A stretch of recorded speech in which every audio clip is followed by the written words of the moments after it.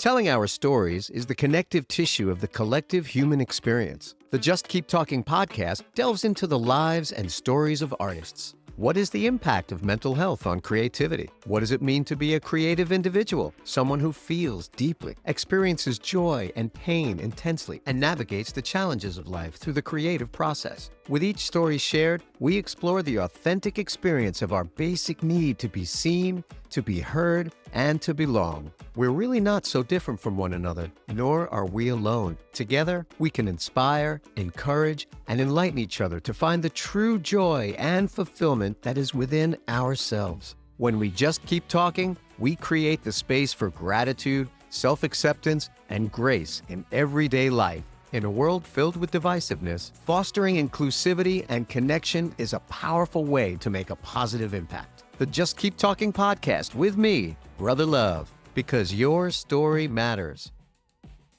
Welcome one, welcome all. Welcome to the Just Keep Talking podcast. My name is Brother Love, and I am here with Ellen Angelico. Hello. Hello. Oh my goodness. I have been starting this podcast, and I can't even say that this is a start. Maybe it's been paused. Maybe I've been paused. I've been starting this for so many years, and this show should just be called Scared to Start. Or it's called Scared to Dream. I'm not so sure, but there's fear involved in here. I appreciate your grace, and I appreciate you tuning in, and I appreciate to be in Ellen Angelico's home. She is a musician. I'm sorry, she? Yeah, she's great. Is that great? Yeah. You know, I was questioning this, and I thought, I'm going to ask on air. My wife is like, you better find out beforehand. Because we live in a world now where people say, you better find out before you go. So she's beautiful. Sarah didn't. My wife, Sarah's Tomac, been calling me she forever, and I've not had a problem with it. You are very accommodating. You are an entertainer. You are a musician. You are a songwriter. You are a producer. You are a podcaster. You are an absolute force of nature. I am so grateful to be here. I've been blown away for years, and I was scared to death of you. I was, because you're that good. Do you not see yourself that way too? Because I see you that way. Not that I'm scared of you, because I'm mostly not. Right. Mostly not. Right. But I see that in your art too. Because of course I've seen you perform with your band, but I've also done a gig with you that was like a cover gig.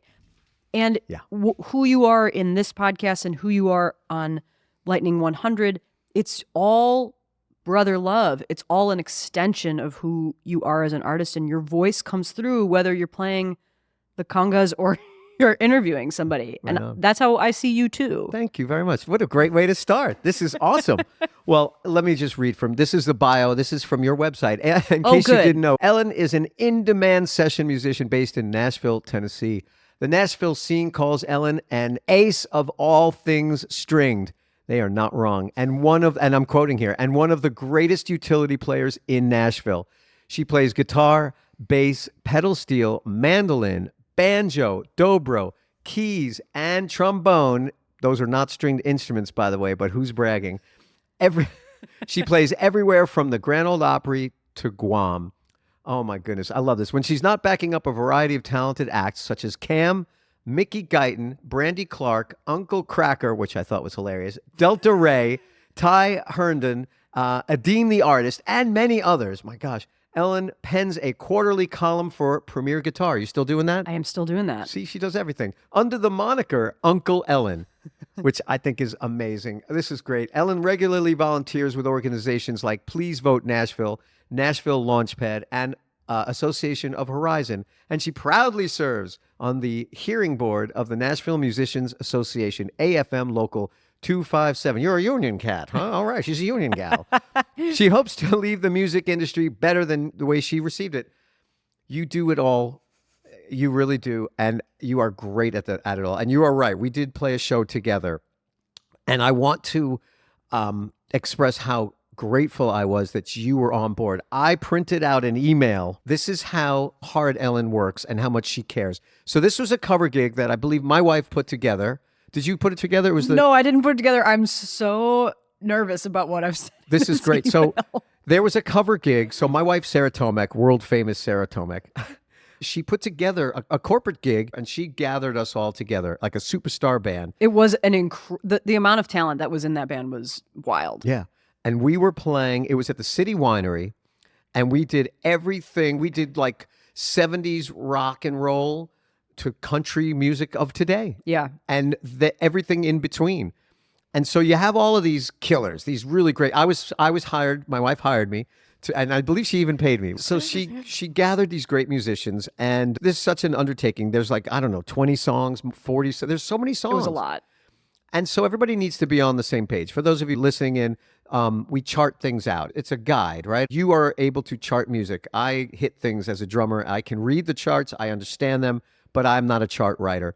You, in detail, this band was called the Down Underwood Band, okay? Ellen took every song and gave us notes. You listened to every song and said, this is where I see me playing what I play and somebody else playing. We need this guidance. This is something, you are meticulous. One of us, it says, play something country. One of us should do rhythm and one should do lead. I'm comfortable either way. I thought, this is great. And it just goes, and I thought, well, okay. Because we had a lead guitar player. We had you playing pedal steel, lap steel, and lead guitar. Yeah. I think, if Something not, like that. something like that. Okay, take it easy. The old Eagles favorite, okay? I never learned the solo for this one, so I'd be more comfortable doing rhythm, unless you guys don't mind the solo not being exactly right. Now, I know it's funny, but this is important stuff, because you've been on a million more gigs than I have, where you know that you've learned the solo, but maybe nobody asked you, and you did it anyway. And because you know you need to be prepared, because I've been on the other side where it's like, well, who learned this? Yeah. And I go, I don't know. Yeah. I didn't learn it. Nobody told. And the old nobody asked me, right? Right. But you're giving notes like saying, this is what I'm good at. I know my strengths. I know my weaknesses. That is a gift that you have. I'll go down. Orange Blossom Special. Been a minute since I played this one. Fine to solo as much as needed. See, this is confidence. You instill confidence in us. I read that. I go, we're good. Sarah, we're golden. We got you. We got Johnson J on guitar. I mean, we are so good. But the fact of the matter is, this is the gig that you were hired on, and you cared enough to write every song out and go through it and say, here's my weakness, here's my strength, and here are my thoughts, because I care. Look at this. Brown Sugar. To be honest, I'm not super familiar with this one. How dare you, first of all, the Rolling Stones. I'm going to listen to it a bunch, but if someone knows the parts well, please feel free to cover the classic rock-shaped hole in my brain. That's honesty. See, but look at this. Redneck Woman, I'm on steel. Done, right? We go, yep, yes, ma'am, you got it. This is over the top, though. This is too much. It's exactly who you are because you care. This is so nuts. Really, the takeaway here is that I should just learn the solo for Take It Easy already. No. What the point of the matter is that you're working well with others. You're not just coming at it like I, me, mine. This is a community. Being in a band is one thing. Being a hired gun with a bunch of other cats is another animal. Mm-hmm. And you're able to just say, all right, let me do my homework so I'm as prepared as possible and I can give notes accordingly. Yeah. And, you're not telling everybody what to do. I mean, how many gigs have you played where somebody who's hired just the same pay grade as you are comes in and starts bossing everybody around? Sometimes that's nice. I don't mind that, because I'm like, great, tell me what to do. If it's somebody else's music, I have less of an ego about it. Mm-hmm. Your love of music is outstanding, and it is moving. The reason why we're sitting here right now is because you just released an incredible podcast of your own. And I just want to make sure that there's nobody podcasting in this town but me. So I'm here to I'm here to kill you. I'm here to get rid of everything, all the evidence. I'm kidding. Ellen Angelico presents Girl in a Hurry, the Shelly Bush Story. What an incredible journey. I listened to all of it, and I loved it. Thanks. Now, you're a musician. You are a side person pretty much, right? I mean, that's your gig. Yeah. You played with Shelly Bush. Mm-hmm. Explain to us who Shelly Bush was. They called her the Queen of Broadway. Yeah. She's a honky-tonk hero through and through. Yeah. She had dreams of being a big star. Those dreams did not come to fruition, but she worked her tail off, and she was well known among the people who played Broadway. She was very well known in her hometown, revered. And where was she from? Stover, Missouri, Yeah, Morgan correct. County, Missouri. And she whenever she went back to Missouri to play, it was just this big, like, oh my God, Shelly's back. It was like, this is the person who's gone off and made it big and done the thing and lives in Nashville. And she really was special in a lot of ways. And in a lot of ways, she was exactly the same as you and me. Obviously, I think we're special, but we're just musicians doing our thing and trying to make a living and trying to get by. Shelly was that way too. I just felt that somebody needed to get her story. There isn't a lot of information about Shelly on the internet because most of her career kind of predates the daily internet use that we all experience today. And a lot of Shelly's career was like pre-cell phones. Mm-hmm. And so if you Google Shelly, before my podcast came out, you basically just got her obituary. And so I wanted to put something out there so that Shelly's story could live on, even though it wasn't on the internet. And I also wanted to do it to show her friends and family that their stories matter and that Shelly's story mattered and that I noticed her, even if she didn't get the recognition that she was kind of seeking in her lifetime. Yeah. You're a session player. You're a touring musician. You've been everywhere. You really have. Cutting your teeth on Broadway, Nashville, was with Shelly. Was that correct? Yeah, that's right. You sort of came in, you were kind of green on that scene. Yes, very much so. I mean, I had been in an indie rock band and I had been in a like regionally successful country cover band. Yeah. So I had touring experience. Regionally where? Chicago area? No, here, the South and the Midwest. Okay. And for both of those projects, I lived in Nashville. And so I had touring experience, but I didn't really have a foothold in the scene of Nashville. And so that was when I got off the road with that country cover band. That's when a friend of mine told me about Shelly. Told me that she had an all-female band and broadband. And at the time, I had boobs and a guitar, and I was eminently qualified. Yeah. And I was immediately on as much work as I wanted to be on, as much work as I could handle. It's incredible to go back and say, give love to something we've done in the past, especially in this business. This business is about tomorrow. This business is what's next. I've suffered greatly because of what's next. Yeah. I've suffered personally relationships that I thought were friends, relationships that I thought were longer lasting, relationships with alcohol, relationships with my own self and self-esteem, all suffered because I am so worried about what's next. I'm upset about what I didn't do right in the past, right? Yeah. Hey, can I get that song back, please, sir or ma'am? Or can we do this differently? Or, wow, we shouldn't have lost that record deal. That sucked. This is great. Well, we're playing this gig right here. This is great. But, oh my God, I got to get it tomorrow, next. And of course, with scrolling and the way everything is so quickly right now. Right. But looking back, you look back with reverence. You said, wow, this is something that helped me in my own growth. Yeah.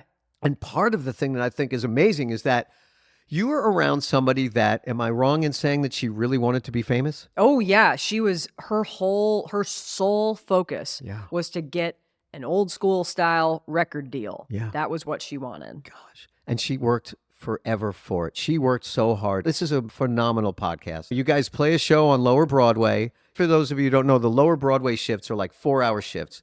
And it starts like 10 to 2. 2 to 6, 6 to 10, and are there still the late night? There has to be. Yes, absolutely. 10 to, the insane. And Lower Broadway is busier now than ever. I mean, it is busier. So for you to get off of a 4-hour shift, and you're not 4-hour taking breaks. It used to be breaks back in the day. Right. There used to be, but now you are playing for 4 hours. If you need to go to the bathroom, you just go to the bathroom, and you have somebody else on stage playing. So you would play for 4 hours straight with Shelly, and then you would get into the van. Not a tour bus. Sometimes 8 hours straight with Shelly and then get in the van. Right. And it wasn't a tour bus. It wasn't, hey, we're going to go and I'm going to put my head in a bunk and go to sleep. And then I'm going to wake up in Florida and play tomorrow. I played with Shelly at the end of her life. And I realized pretty quickly, because my gig prior to being with Shelly was on a tour bus. Oh. And so I realized pretty quickly that the travel part of it was not for me. Yeah. And I stopped saying yes to gigs with Shelly that were like more than 6 hours away because I didn't want to deal with that grind. But she was doing it up until her passing. What do you feel about fame? What is fame? Oh, gosh. I mean, you work with somebody to try to help them achieve this goal. What is fame to you? Well, I didn't work with Shelly to help her achieve her goal. To be clear, my motivations for working with Shelly were pretty selfish. Yeah. Like, I wanted to work and make money as a guitar player. Right. That's my dream. Yeah. And so I was living my dream while Shelly was pursuing hers. I've worked with a lot of famous people. Yeah. I think that's great. Yeah. It's not something that I value for myself. I don't see it as a component of what makes me happy, what makes me feel fulfilled. Right. But I think that that's part of why I wanted to tell this story about Shelly, because even though she wasn't famous, she was important. The effects of Shelly being alive still ripple around my life every day, and a lot of other people's lives in Nashville too. Yeah. Not just musicians who played with her on a regular basis. Plenty of musicians just kind of came and went from her band. The project was not about awarding Shelly fame. The project was about correcting the historical record and changing how, or trying to do my small part in changing how history values certain people.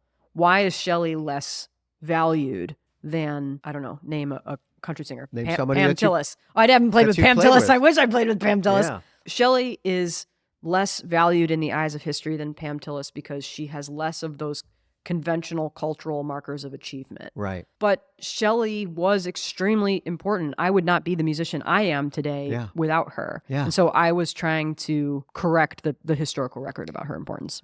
I appreciate that very much, because I was thinking about it and I'm like, man, I've worked with artists. Their wanting for fame outweighed the music. Mm-hmm. It outweighed the relationships. And I love to quote Brene Brown. Part of what she talks about is fitting in versus belonging. You know, there's a whole thing about, we work so hard to fit in. I'll put on these clothes, I'll work this, because there are optics, right? There's optics that I must adhere to, or just be this thing, that's not necessarily me belonging and me feeling comfortable in my own skin. Fitting in is I'm doing everything so I can be more like you. Yeah. Because what you're doing is what I want, so I'm going to be that. Right. So hence a hairdo, hence an outfit, hence even a vocal take, hence just carrying yourself, you know, telling everybody that, hey, we opened up for Rascal Flatts, which is in your documentary, in your podcast, when it's like, yeah, well, we played at 1:00, Rascal Flatts played at 9, so technically I've opened up for Cheap Trick, but guess what? We were direct support right before Cheap Trick. I don't have a problem saying that. But if we played the same day, I'd be like, yeah, we were on a bill with Cheap Trick. But I understand, because I've worked with artists that are really in denial, like, no.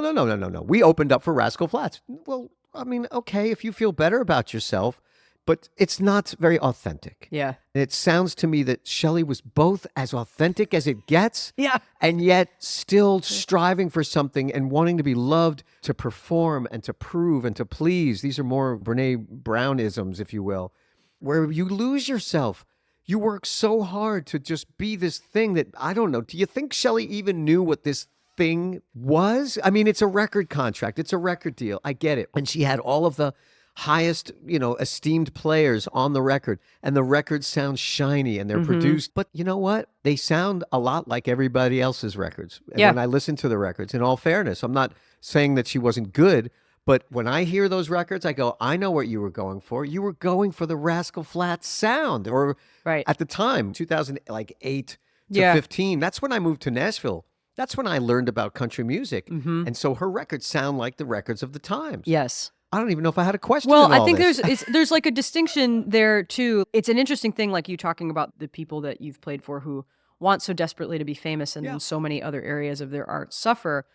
The reality is, if what they really wanted was to be famous, they would be doing something entirely different. Because you can achieve fame without going through all this bother of the music business. Right. You know, so ultimately that is not what Shelly's overriding goal was. Her goal was to be famous, but she wanted to be famous for doing what she loved, which was singing. Yeah. And so I think that's the authenticity part. She loved to sing. It was always in her from when she was a kid with her 3 karaoke machines. That was who she was. You know, the same way that playing guitar is who I am. Right. I think Shelly's goal, yes, Shelly wanted a record deal. The mythology of that was very important to her, the mythology of country music. Yeah. I guess to kind of answer your question, I don't think she realized how much she had achieved. Right. I think a lot of people who played with her do. Yeah. I think people who played with her now look back at that time and see the way that Shelly elevated them out of a quote unquote ordinary life. Yeah. If you're a good bass player, but you don't have the organizational skills to start a band and buy a van and route shows to Las Vegas and back, you may not ever actually see the Grand Canyon. Wow. You know? Yeah. There are people in Shelly's band who were afforded that opportunity to break out of the doldrums of an everyday existence. Wow. Do you think she was coming from a point of view of that I don't feel like I'm good enough in a shame way, or did she feel like I am good enough? No, she definitely felt she was good enough. Right on. I mean, that's a big distinction because we struggle for worthiness, right? We struggle to believe that we're valuable. You know, part of the exterior is I don't feel good about myself and I'm going to put up this really, really sterling, strong wall or defense. And in my defense, I'm wonderful. You know what I mean? And you're like, well, okay, I guess you say you are, so I believe you. And thank you for hiring me to play percussion in your gig. Because I couldn't tell. Part of me felt sorry for her a little bit. And then I don't know why. I know why, because I'm seeing myself through that. I'm seeing myself. Where I started the show saying I'm scared to dream, scared to start. She was not scared to start. No. She was not scared to dream. And so when it didn't happen for her, that's when I started to sort of tear up a little bit because I'm a 53-year-old male who moved to Nashville in a band, a country rock band, signed and dropped. I've dedicated my career to Them Vibes and some other artists that I've worked with, and things just where they're at right now. It's sad. I've had to mourn part of my career. I'm not a touring musician. I'm not out there hustling my own band. I have a band and we can play whatever we want, whenever we want. So I'm free from having to push myself in a direction that I know is just not going to happen, this fame, fortune, rock star thing. And yet, guess what? I'm more famous than I've ever been. I mean, and I mean that in a funny, and thank you for laughing, because everywhere I go, it's like, hey, Larry, oh my God. Or it's like, oh my God, that's the guy from the radio. I love this. It's another Brene Brown. Let go of who you think you're supposed to be and embrace who you are. I have been doing that for years now, since I started the idea of this show, because I'm letting go of who I thought I was supposed to be. You, Ellen Angelico, seem to me to know who you are, and you were witness to somebody like Shelly who really did know. She knew who she was.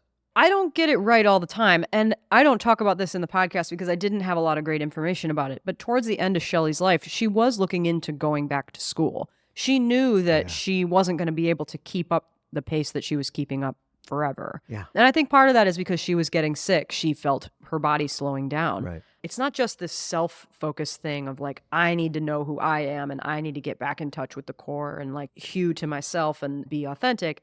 It's also like circumstances change around you. Yeah. And you just have to kind of go with the flow sometimes. Yeah. Shelly's story could not have happened at any other time in Nashville history, Broadway history, human history. Yeah. It happened when it happened because that was when we had Garmin GPS units instead of maps on our phones. It happened when it happened because it was before all the bars on Broadway went 3 stories and had more rock music, party music, wedding music. And Shelly would not have survived in that scene. Right. It would have been totally different. It happened at a different time in American political history. Mm-hmm. Now, members of Shelly's band have very opposing political views. Mm-hmm. And at the time that Shelly was doing her thing, that wasn't as much of the public national conversation. I don't look back at it and I'm like, man, I wish those good old days were back again. Right. I look at it and I'm like, that was an amazing experience that could have only happened then. And now that it's a different thing, there's different scenes happening downtown. Yeah. There's different scenes happening in my life. Yeah. And that's okay. That's cool. Like, I'm down to just go with the flow of that. It's easy for me to say because I don't see myself as the artist. I don't see myself as the product. It's not like if I don't play Madison Square Garden that I'm going to die unhappy. I don't have those kinds of goals. Do you think Shelly died unhappy? God, I hope not. She died in 2015. Cancer, bladder cancer, and it spread. So she was in a lot of pain. Yes, she was. And she was a trooper to the end. I'm saying, guys, I listened to this, all right, folks? So I'm giving away some stuff. But she fought to the end. We're dealing with family member right as we speak who is dealing with some issues. She has to decide, is she going to fight or not? Yeah. And she's got to make a decision. And it's really hard. My mother had brain cancer and she ended up passing away, but they took the tumor out and then they sit her down and they go, okay, here are your choices. What do you want to do? And you go, I don't know. Back in the day, people believed doctors. I still believe doctors. I really do. Because you know what? I'm not a doctor. You know, you come to me about anything else, I can have an opinion. But I didn't go to school for that. So I don't have an opinion on it. Nor should I. My mother, they sat her down and they said, okay, here are your options. What would you like to do? And she said, what should I do? Yeah. And it's scary. Shelly chose. She decided against her doctor's wishes. Yeah. Her doctor said, listen, chemo, radiation, too much. You're too far gone. Why don't you just be comfortable? And she said, no, take me to Texas where there's a treatment that I don't know if it's going to work, but it's hope. And her parents did it. And they went to Texas. And just the fact that they were able to do it together honorably and with love, it's so beautiful. I'm blown away by it because she chose to fight. Yeah, it is beautiful. And it's also like Shelly was just going with her gut on that. Yeah. That's who she was in life and it's who she was in death. And so it makes perfect sense that when Shelly was admitted to MD Anderson in Texas and I texted her that everyone downtown misses her tons, she said, I miss you too, coming back soon. Yeah, you didn't expect anything less. No, she was texting people. I got a text, actually. I've been trying to keep the people who played with Shelly abreast of kind of like all the events that I'm doing around this podcast. And I texted one of her drummers that I used to play downtown with. And he texted me and he said, I will never forget, Shelly tried to get me on some shows while she was in Texas. Like was asking me if I was available for dates at Cadillac Ranch in March. And this is February that she passed away. She believed that she was gonna come back and do those shows at Cadillac Ranch. That's a huge thing. I'm friends with a guy named Larry. He's 84 years old. He's a vet. He's like me at 84. So I get very afraid. It's like I'm dealing with a man. I'm like, this guy seems so familiar. You know, there's something very charming about him. But he's got plans. My first inclination, the first thing I did was like, that's not going to happen, Larry. What are you even talking? And I shut him down. And I thought, what the heck is wrong with me? You know what? Maybe it will happen. Maybe you will. 84-year-old man that should definitely not drive because you're like Mr. Magoo who can't see much. Look up Mr. Magoo. It's hilarious. And it's dangerous, but he's like, I'm going to go drive back to West Tennessee and pick up my stuff. Now I'm like, you know what? Maybe you will. Maybe you will. Yeah. Why should I squash somebody's hope? Who the heck am I? Lord knows I squash my own hope, okay? Yeah. I'm good at that. Yeah. You are very in demand. Your bio is correct. To call Ellen Angelico means that you are a very serious person about your craft. You have should I take this gig flowchart? You take this very seriously. I know people, and I've been this way, where it's just, hey, Larry, you want to, yes. I'm going to perform, I'm going to please, and I'm going to prove my value, my worth. I'll say, yes, I'll do everything great, and we're going to be best friends, and everything's going to be wonderful. And I have all these ideas, and I bring everything to the table, and what am I doing? Zero boundaries. Larry is gone, and I'm not happy because I'm not taking care of myself. It's not just being a kid that just wants to play. Yeah. There's a little more. We got to take care of ourselves. Yeah. We have to eat, pay the rent, and our mental health and our physical health.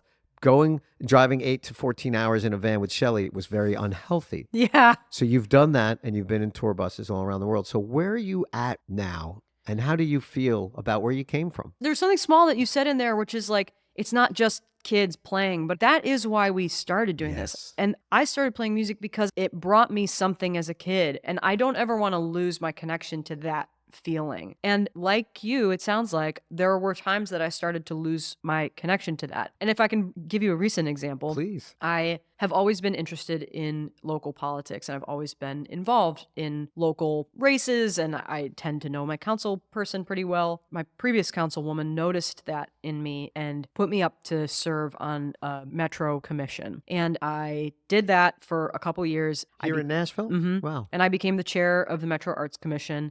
And Do we still have that anymore? Metro Arts Commission?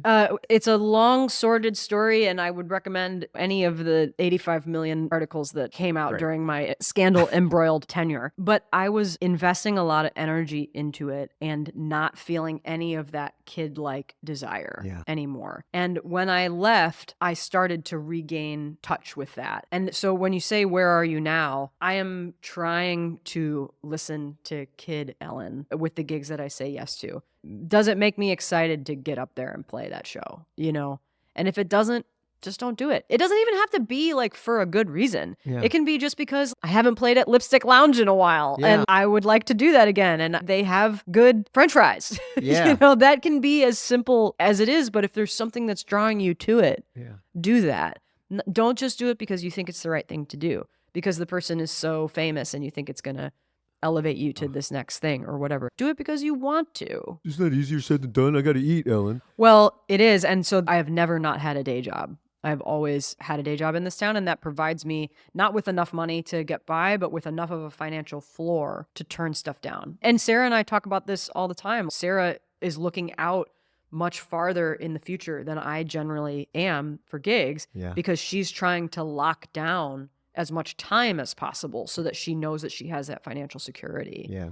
And I don't have to make that choice because I work at a guitar company. That's great. Yeah. Wow, you're very smart. I'm just fortunate. I mean, I think everybody should work at a guitar store, but also I've been fortunate to work for people that have been largely flexible with me touring and stuff. So what's your favorite instrument? You play so many instruments. The Shelly Bush Story, we'll wrap that in a minute. Let's go to just a little more you, please. What are your favorite instruments? You play them all, it seems. All the stringed instruments. What's your first? My first instrument is guitar, and I do feel the most fluent on guitar. When I have a guitar in my hands, I don't have to work hard to communicate what I want to say. Wow. So that is very freeing. Yeah. I also play pedal steel, and in terms of connecting with Kid Ellen, that sense of discovery, that hearing something on the radio and being like, I bet I can figure out how to do that. Yeah. That feeling of wanting to lock myself in my room and not come down in time for dinner, that is what I'm getting on pedal steel. Yeah. I'm still nowhere near as good at pedal steel as I am guitar. I probably will never be as good at pedal steel as I am at guitar, but I'm enjoying exploring, and that feels like a gift. Wow. So what do you got coming up this year? Just more shows and get this podcast stuff behind me and just see what's next. I invented a card game about bro country music. It's called the Bro Country Card Game. Ooh. And it's running up against a licensing problem, the size of which you could not possibly imagine. And so I'm curious to see what form it can take next and to explore fleshing out that little thing. But like I was saying about you, how your artistry is not just your music. Right. That's sort of how I feel about myself too. And I'm realizing that I don't just have to make albums in order to be the best version of myself that I can be. Yeah. There's as much of me in the podcast, there's as much of me in the Bro Country Card Game as there is in any album I've ever made. Yeah. And I'm as proud of the podcast as I am. I'm even prouder of it than I am of some of the recordings that I've worked on. What's next? Gosh, I don't know, but the possibilities are limitless. It could be anything. It could be anything. Maybe I go back into politics. I probably won't. I would vote Ellen for sure. So, Girl in a Hurry, the Shelly Bush Story. What did you learn about yourself now that you've completed? So you started this when did you start this project? I started doing interviews in 2020. 2020. So it's a 5-year endeavor. What have you learned? What have you taken away from it for your own self? What do you think, wow, I didn't know this about myself. I'm glad I learned this about myself. I would prefer not to know this about myself. Well, I learned that I don't ever want to do it again unless I'm paid an exorbitant amount of money. I mean, you know, as somebody that is processing a lot of interview tape and is editing and making a podcast, that it is just a lot of work. Yeah, this will never come out. It's this one. It better. So much of history is in the telling. Shelly's story is not out there besides this. I felt a lot of anxiety in the weeks before the podcast came out because I realized that I was holding Shelly's legacy. Yeah. Shelly's memory, it existed in the minds of her friends and family. And it didn't exist anywhere else until someone, me, came along and translated it to a story that other people could understand. And I'm still scared because what if somebody doesn't like how I framed them? What if somebody doesn't like how they are portrayed? Yeah. This is Shelly's story, but it's told through an Ellen colored lens. Yeah. And it hit me like a ton of bricks because I realized that must be every story is that way. Every story that you ever read in a history book, every biography that you ever read of a musician that you loved, every liner notes that you read, there is no truth to anything. It's all through the lens of our own experience. Yeah. And that's heavy and frightening. Yeah. Well, I commend you for it. It's a fantastic story. It absolutely Thanks, is. Larry. Absolutely. Girl in a Hurry, the Shelly Bush Story. You inspired me so much to get this going, by the way. You inspired me to revisit this project because I think we need to just keep talking. I think if we keep talking, we're not alone. And I think that your story absolutely matters. And I encourage people to just keep talking, to share their stories. Yeah. As Brene Brown would say, don't ask what the world needs. Ask what makes you come alive and go do it. Yep. Because what the world needs is people who have come alive. You, Ellen Angelico, have come alive. I have a few questions just to end this. This is my questionnaire. Yeah. What fascinates you right now? What is something you're really into right now? Well, I really got into spectral denoise when I was making this podcast. Making the world a less noisy place. I'm all about it. Good. Yeah. Denoise. We need less noise. Perfect. Great. What pisses you off? What angers you? I read a really interesting book about anger recently, and I can't remember the name of the author. I should look it up. But it was basically about not vilifying anger and allowing yourself to feel angry and recognizing that anger can sometimes be pointing you towards a broader truth about yourself. It's productive to feel angry. It's an emotion like any other. It doesn't have to be squashed. It should be experienced. And it kind of flipped my brain around on it because I don't personally experience like big emotional swings. Right. I don't have like way high highs and way low lows. I'm Good just for kind of you. always, I think that's because I feel some pressure to moderate. I feel some pressure to make myself and my experience of the world palatable to people around me. And one of the ways that I do that is by not experiencing anger too strongly. Right. After reading that book, I've tried to get more connected with that, the feeling of anger. The question was, what makes you angry? So in other words, understanding anger makes you feel angry? Yeah, exactly. I'm kidding. No, I would say what I've learned is that there is a little flicker of anger that happens to me sometimes that I've mostly ignored throughout my life. And it does seem to mostly happen around injustice. Yes. It's not a just world, and it sucks. Yeah, well, I want to do a whole series on injustice. I really do. And I think that everybody I speak with and this community that we have here in Nashville and my friends and loved ones, we all have feelings of injustice. The scariest part is that there is no justice. But everybody has an idea of what maybe it could look like, and I just think it's something to talk about more. Yeah. So we'll delve into that Just another keep time. talking. Just keep talking. What brings you joy? Absolute joy. Man, when you have that feeling of making music with other people where you feel connected to the people you're playing with, you feel connected to the people who are listening, you feel connected to a force of spirituality that is bigger than yourself, bigger than you could just make by yourself. That feeling of communion, that is the best feeling in the entire world. Wow. And I'm always in pursuit of that feeling. Gosh, I wish I didn't have one more question because you could end it there. But this is the hardest one of all. Ellen, toilet paper over or under? Oh, like that. Okay. Over? Ellen just indicated over. Yeah. And I almost changed her toilet paper before because it's under, my friend. Your toilet paper in your guest bathroom is under. So you're either a liar. Wait, it is No, I'm under kidding. now? It's under right now. Do you have a cat? No, Is my that what's brother was the most recent denizen Well, of blame it that, on the that brother. bathroom. Yes. But your answer is correct. Toilet paper over. Ladies and gentlemen, Ellen Angelico, you are a magician of a musician. You play every stringed instrument. You're a producer. You're a gun for hire. You are a gem of a human being. How do we get in touch with you if you want people to get in touch with you? Yeah. You got social media. I think you could just shout really loud wherever you are. Yeah. Yeah, I do. Currently my social media is all sort of bereft of everything that doesn't have to do with Shelly, but I have my website, ellenangelico.com, and you can always get in touch with me there. Oh, my goodness. Girl in a Hurry, the Shelly Bush Story, out now. It is a beautiful podcast. Thank you so much for your time. Thank you for your energy. Thank you for your friendship. You look after me, which I know, and you look after Sarah Tomek, my wife. I'm so grateful to know you. And You too, Larry. this has been wonderful. Thanks again. Thanks for Thank listening. you. Just keep talking, folks. Just keep talking. Bye-bye.